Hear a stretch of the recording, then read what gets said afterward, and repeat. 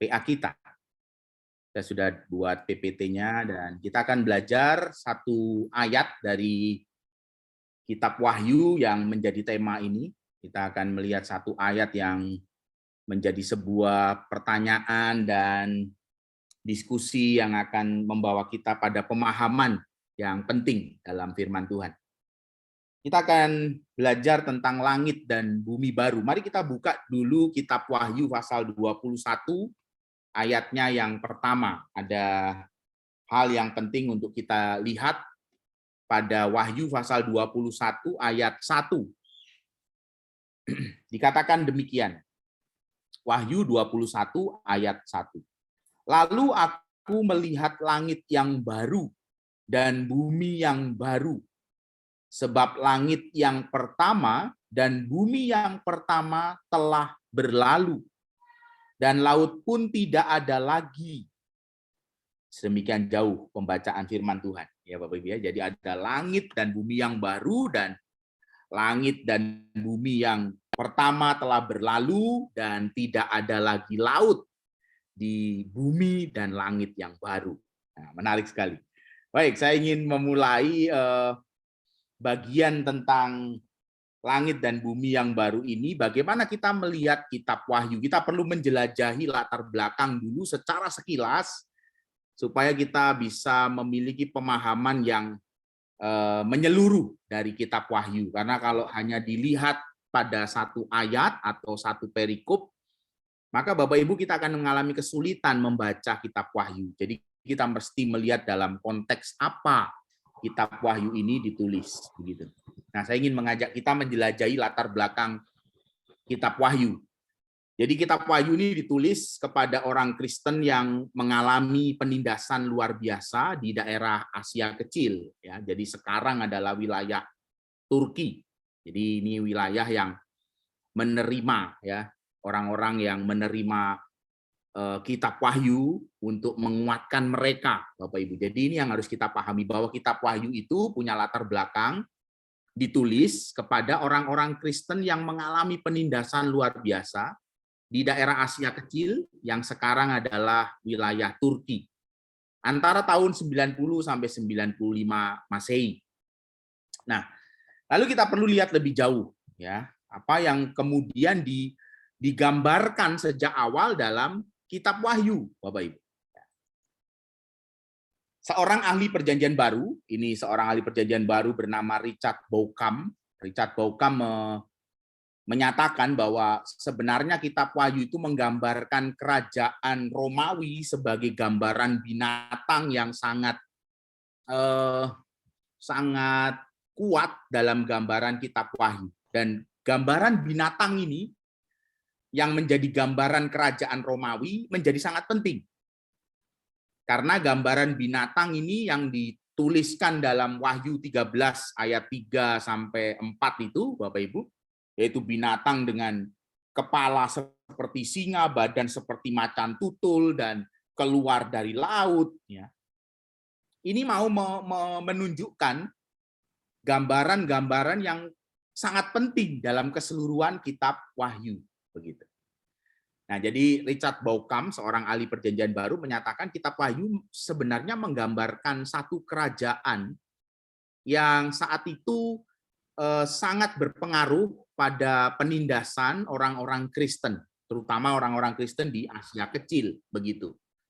Dan gambaran Kitab Wahyu menggambarkan kerajaan Romawi ini seperti seekor binatang yang keluar dari laut dengan kekuatan yang tidak terkalahkan, begitu, dalam wujud binatang berbadan macan tutul dan kepala singa, lalu kukunya seperti kuku-kuku beruang. Jadi kalau Bapak Ibu membaca itu sulit digambarkan binatang ini.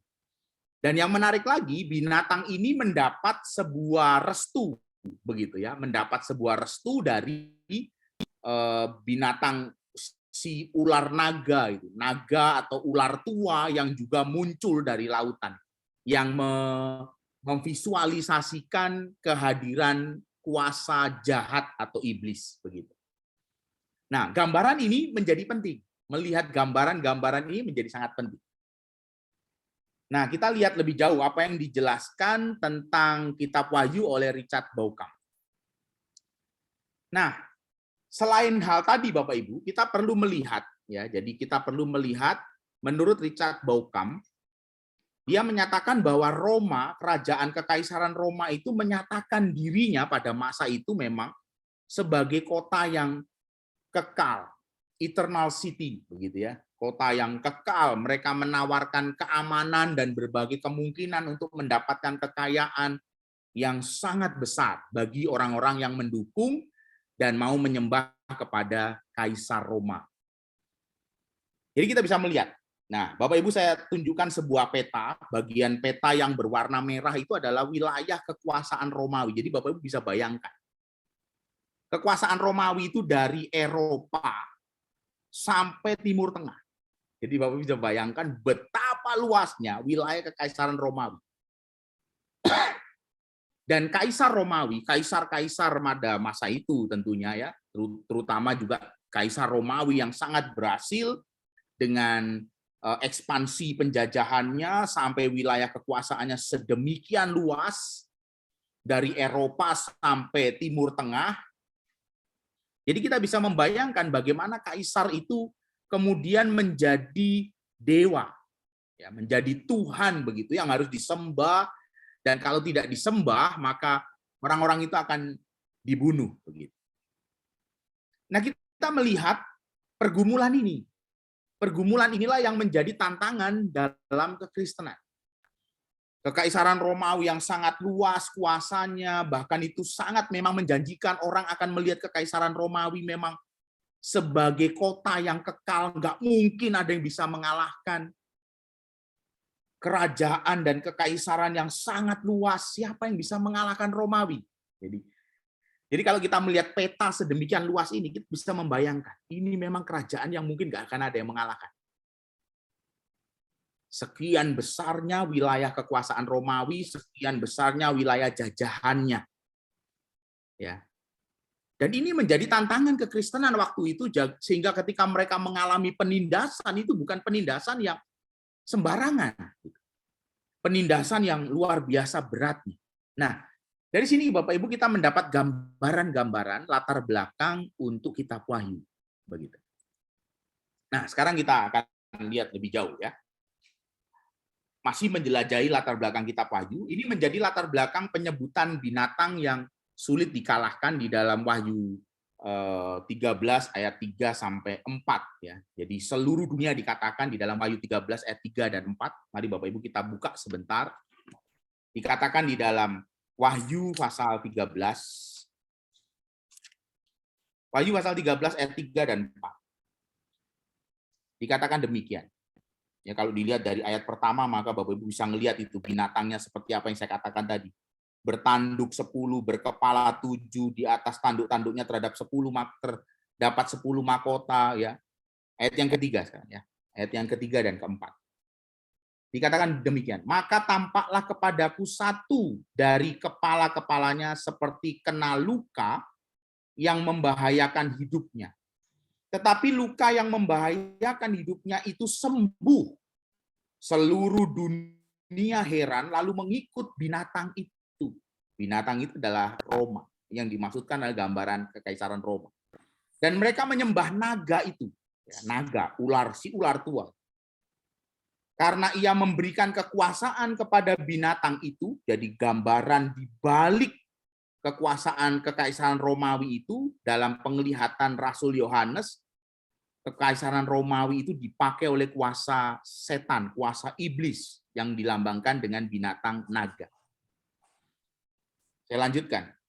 Dan mereka menyembah binatang itu sambil berkata, siapakah yang sama seperti binatang ini, dan siapakah yang dapat berperang melawan dia. Jadi Bapak Ibu kita bisa melihat gambaran sebuah konsep dalam Kitab Wahyu di mana kekaisaran Roma itu dianggap sebagai sebuah kekaisaran yang kekal. Kerajaan yang kekal, kerajaan yang tak mungkin terkalahkan. Kota yang kekal. Ini gambaran yang harus kita miliki. Ketika kemudian kita sampai pada pemahaman langit dan bumi yang baru. Nah, kita lihat. Bapak Ibu, Rasul Yohanes mau menyatakan dalam pewahyuannya bahwa kekristenan tidak bisa kompromi. Jadi latar belakang kitab Wahyu mau menggambarkan ini loh, kekaisaran Roma yang sangat hebat. Orang-orang di dunia menyembah, orang-orang di dunia menyukai dan mengagungkan kekaisaran Roma untuk mendapatkan sebuah jaminan kehidupan yang lebih baik, kehidupan yang tidak menderita, penuh dengan kemakmuran, maka ikutilah Roma. Bukan Roma Irama ya Bapak ya, Romawi, kekaisaran Romawi ya.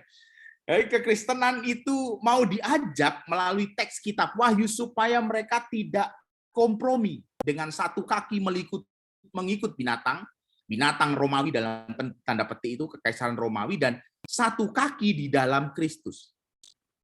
Rasul Yohanes mengingatkan kemudian di Wahyu 18 ayat 4.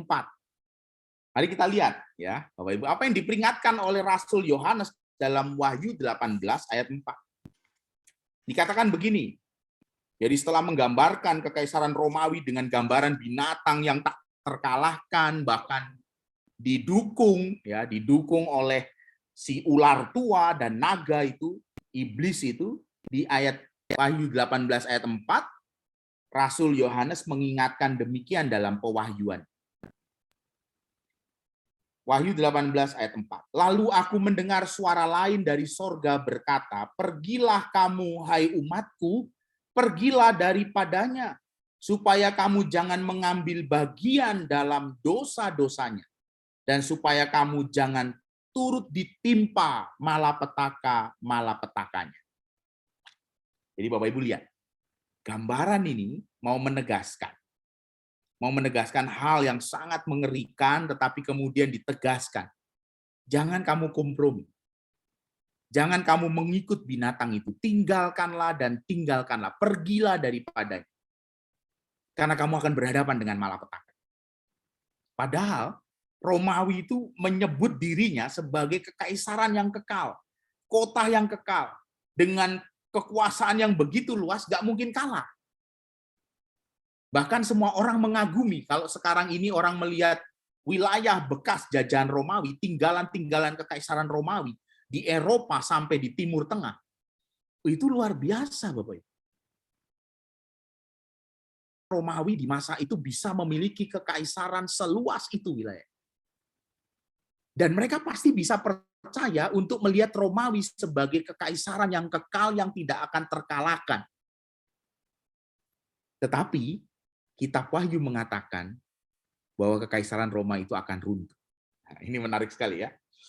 Ini sebuah keyakinan iman yang luar biasa. Nah, kita lihat lebih jauh.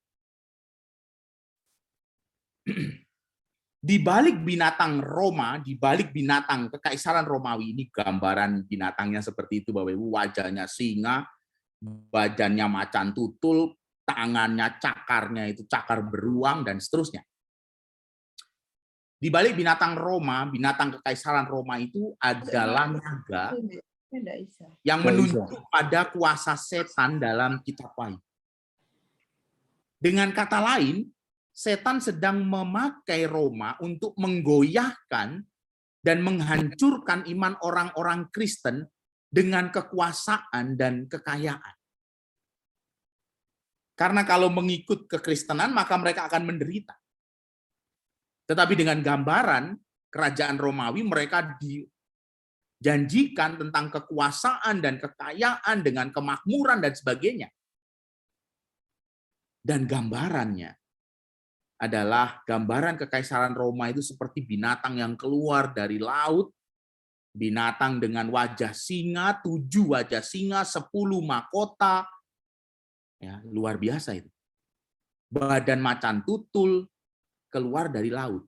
Nah, jadi Bapak Ibu nanti Bapak bisa mengkaitkan itu. Kenapa di langit dan bumi yang baru nggak ada laut? Nanti kita lihat ya. Jadi ini gambaran-gambaran yang berantai, gambaran-gambaran yang tidak putus lalu ditafsirkan sendiri, nggak boleh.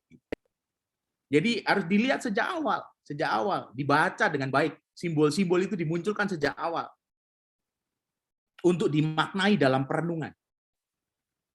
Ya. Kita lihat lebih jauh. Jadi ada pemahaman di balik Romawi itu ada pemahaman si ular tua, naga, penguasa laut atau Lewiatan, dalam teks Ayub atau teks kitab Yesaya disebut Lewiatan, yang mendukung dan di belakang gambaran binatang macan tutul dengan kepala singa itu. Bagaimana pengertian langit dan bumi baru? Ya, Bapak Ibu, saya mulai masuk pada teks Wahyu 21 ayat 1. Bagaimana pengertian langit dan bumi yang baru? Kita mulai dengan pemahaman dasar akan sifat simbolik kitab Wahyu. Tentulah semua mesti dipahami secara simbolik. Bapak Ibu, kitab Wahyu itu ada banyak simbol, dan simbol itu sebenarnya untuk menjaga pembaca dan memberi pengertian pada pembaca yang cukup, tetapi tidak membahayakan mereka. Jadi simbol-simbol misalnya 666 begitu ya, 666 itu sebagai simbol untuk menyebut kaisar-kaisar Romawi. Nero, kaisar Nero yang kejam itu, Caesar ya, Caesar Nero. Nah, kemudian itu kalau dijumlah nama tulisan Caesar Nero itu Bapak Ibu dijumlah itu jumlah dalam angka itu 666 misalnya. Ini simbol-simbol. Ya, jadi jangan dipahami seperti kalau Bapak Ibu nonton film Amerika, film Hollywood begitu, ada anak lahir dengan angka 66 di kepalanya begitu, ini kebanyakan nonton film Hollywood ya. Jadi kita nggak boleh menafsir kitab Wahyu begitu.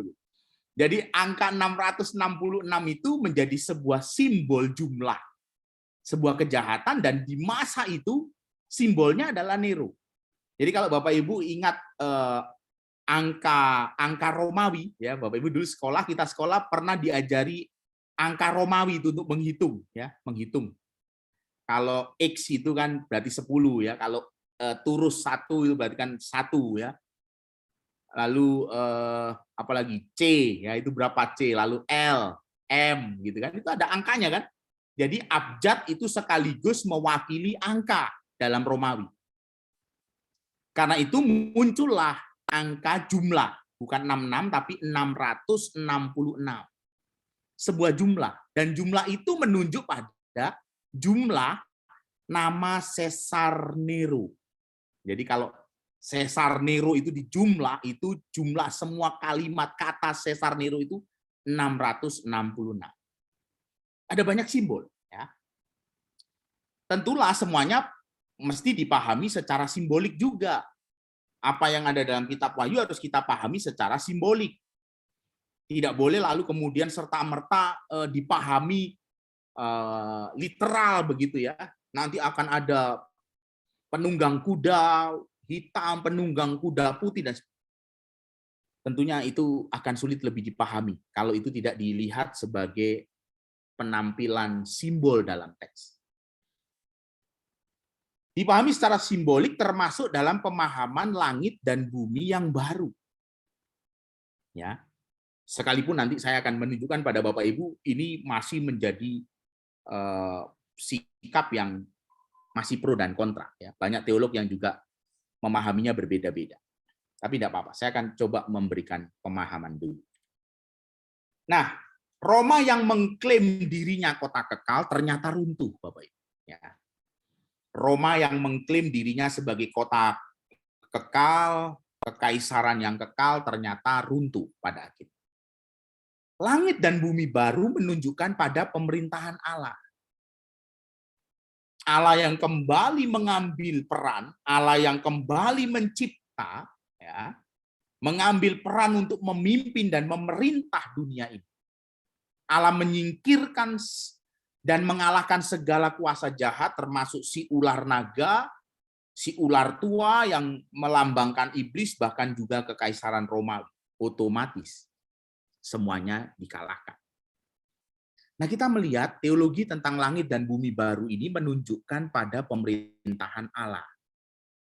Nah, kita perlu memahami sekarang tentang bagaimana pemahaman langit dan bumi baru itu dalam teologi kita. Dikatakan juga laut pun tidak ada lagi. Nah, ini saya jelaskan. Jadi Bapak Ibu, orang Yahudi, perspektif teologi Yahudi atau Yudaisme itu tidak menyukai lautan.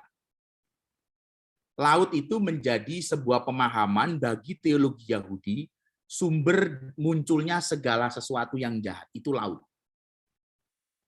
Jadi Bapak Ibu bisa melihat itu gambaran-gambaran di dalam Perjanjian Lama.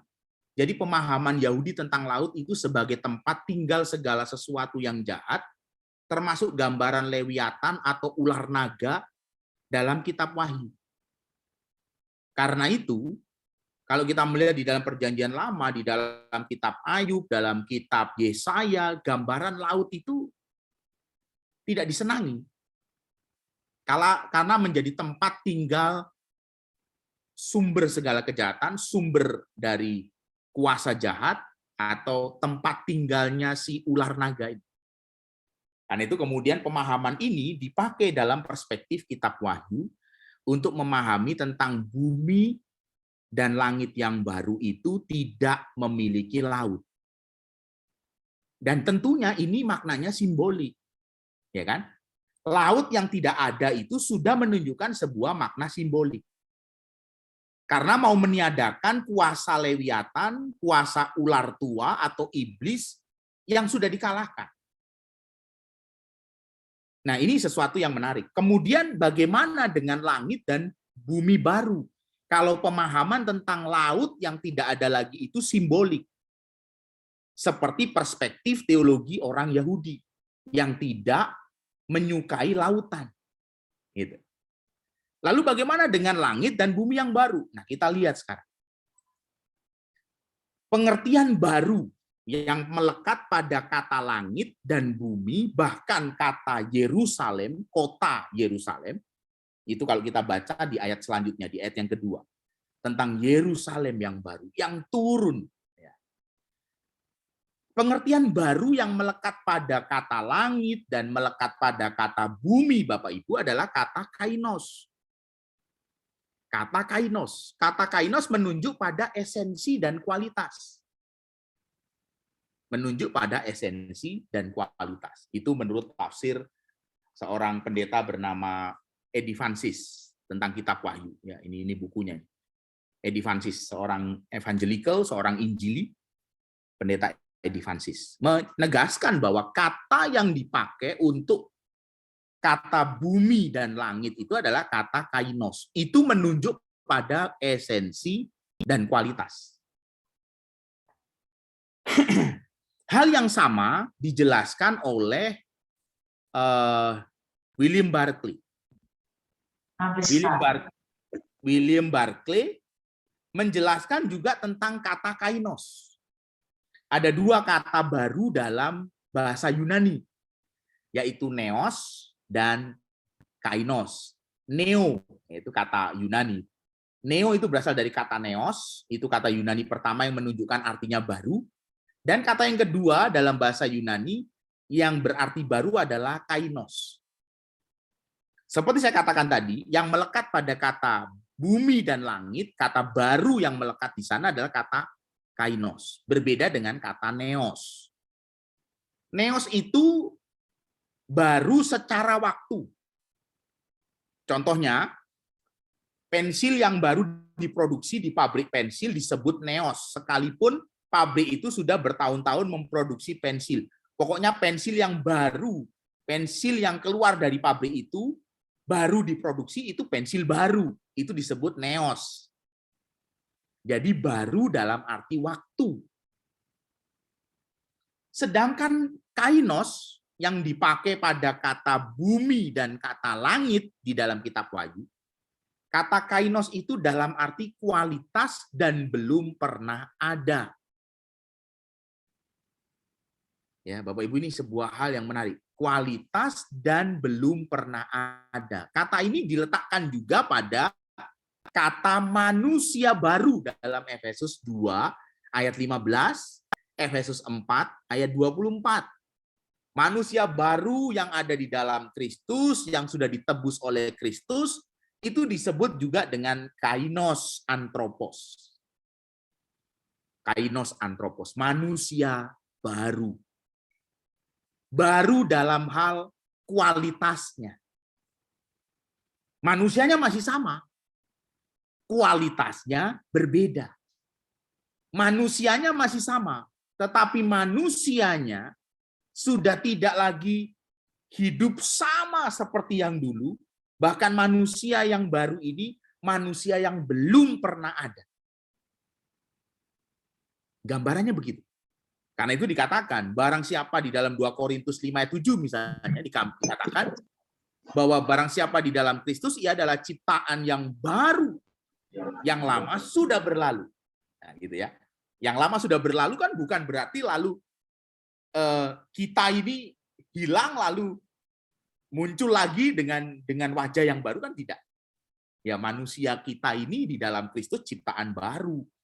Artinya kualitas yang lama itu berlalu. Kualitas yang lama berlalu. Ini kalau kita melihat kata kainos yang dilekatkan pada manusia baru.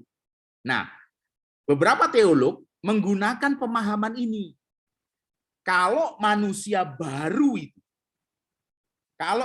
baru itu yang disasar adalah kualitasnya yang baru dan kualitasnya yang lama berlalu, maka demikianlah kira-kira memahami langit dan bumi yang baru. Yang pertama itu, kualitas yang pertama berlalu. Lalu langit dan bumi yang baru itu dalam arti kualitas yang baru. Begitu. Jadi ini sebuah hal yang harus kita lihat. Saya lanjutkan, ya. Semoga Bapak bisa memahami. Langit dan bumi yang baru itu muncul dalam beberapa teks sebenarnya. Wahyu 21 ayat 1 tadi yang kita baca, 2 Petrus 3 ayat 13. Kalau kita baca dengan ayat 10 dan ayat 12 dalam 2 Petrus, Bapak Ibu, digambarkan dalam surat 2 Petrus bahwa bumi ini akan dihancurkan, ya, dihancurkan dengan api. Mari kita lihat sebentar. 2 Petrus 3. Mari kita buka Alkitab kita supaya Bapak Ibu bisa mendapatkan gambaran tentang langit dan bumi baru ini yang sudah dikatakan dalam 2 Petrus 3. Apakah ada Bapak Ibu yang mau membaca 2 Petrus 3 ayat 10 sampai 13? Membantu saya, ya. Monggo. Saya persilakan. 2 Petrus 3 ayat 10 sampai 13. Mari Bapak Ibu. Siapa yang akan membaca? Monggo. 2 Petrus 3 ayat 10 sampai 13. Tetapi hari Tuhan akan tiba seperti pencuri pada hari itu. Langit akan lenyap dengan gemuruh yang dahsyat dan unsur dunia akan hangus dalam nyala api, dan bumi dan segala yang ada di atasnya akan hilang lenyap. Jadi, jika segala sesuatu ini akan hancur secara demikian, betapa suci dan salehnya kamu harus hidup, yaitu kamu yang menantikan dan mempercepat kedatangan hari Allah. Pada hari itu, langit akan binasa dalam api dan unsur-unsur dunia akan hancur karena nyalanya.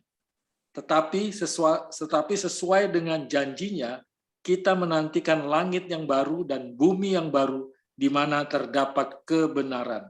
Ya, baik ya.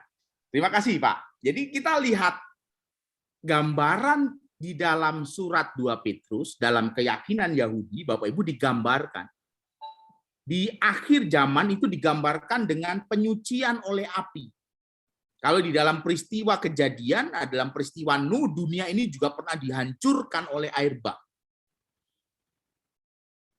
Air dan api menjadi sebuah simbol tentang pemurnian dan penyucian.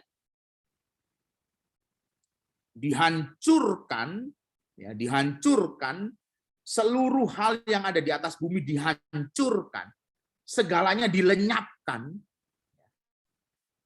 lalu diperbarui. Dalam pemurnian itu diperbarui dalam kualitas yang baru. Yesaya 65 ayat 17 juga menyatakan demikian, tentang langit dan bumi yang baru. Bapak Ibu bisa lihat nanti. Yesaya 65 ayat 17. Terus berada dalam dua pemahaman yang tidak bisa dipastikan memang. Ada orang-orang yang menegaskan bahwa ya hilang saja, nanti ada kosmik yang baru, ada semesta yang baru, ada bumi yang baru. Tetapi itu memang lebih sulit untuk dipahami begitu. Ya, ketika kita diangkat begitu dalam rapture begitu di dalam 2 Tesalonika misalnya, kita disongsong, kita menyongsong di awan-awan begitu. Di dalam tulisan rapture ya, pengangkatan. Kita dibawa untuk memahami bahwa tidak mudah kalau kemudian digambarkan dengan bumi yang lama ini lenyap, lalu langitnya pun lenyap, lalu ganti langit dan ganti bumi. Jadi lebih mudah untuk dipahami bahwa pemahaman tentang api yang melenyapkan itu melenyapkan kualitasnya yang lama, dimurnikan menjadi kualitas yang baru. Bumi menjadi kualitas yang baru, langit dan bumi yang baru. Dalam arti kualitas dan esensinya, di mana tidak ada lagi kejahatan dan yang ada hanyalah kebenaran. Nah, ini slide saya terakhir. Ya, Bapak Ibu ya. Saya mengutip apa yang dikatakan oleh seorang teolog bernama Peter Davids. Peter Davids, seorang ahli perjanjian baru, dia mengatakan begini, terlepas dari apakah frase langit dan bumi baru itu sebuah pembaruan atau ciptaan baru, pembaruan kualitas, atau bumi benar-benar baru dan langit yang baru, yang lama dihancurkan dan hilang, bagi Peter Davids mengatakan, tetapi yang pasti, Allah sudah dan akan memulai budaya dan sejarah yang baru dan abadi. Bapak Ibu, ada sebuah hal yang mau tidak mau akan tetap menjadi misteri. Kalau kita hari ini, kalau di dalam pemahaman saya akan memahaminya bahwa langit dan bumi yang baru adalah sebuah proses pemurnian oleh Allah, di mana bukan dihilangkan, tetapi diperbarui dalam kualitasnya. Ketika kita bandingkan dengan Roma yang menyebut dirinya kekaisaran kekal, ternyata tidak kekal dan runtuh, tidak ada yang sempurna di sana. Tetapi Allah ketika memperbarui dunia, maka dunia akan menjadi dunia yang sempurna dan kekal. Dan inilah gambaran yang menurut saya menjadi penting untuk memahami tentang langit dan bumi yang baru. Bagaimana kita di dalam keselamatan kita di dalam Yesus Kristus juga dipanggil untuk merawat ciptaan. Dan ini menjadi bagian kita. Bagaimana langit dan bumi yang baru itu adalah langit dan bumi yang sekarang ini ada dan akan diperbarui oleh Allah dalam kualitasnya. Demikian Bapak Ibu bahan yang bisa saya paparkan terkait penjelasan Roma 21 ayat 1 tentang langit dan bumi yang baru.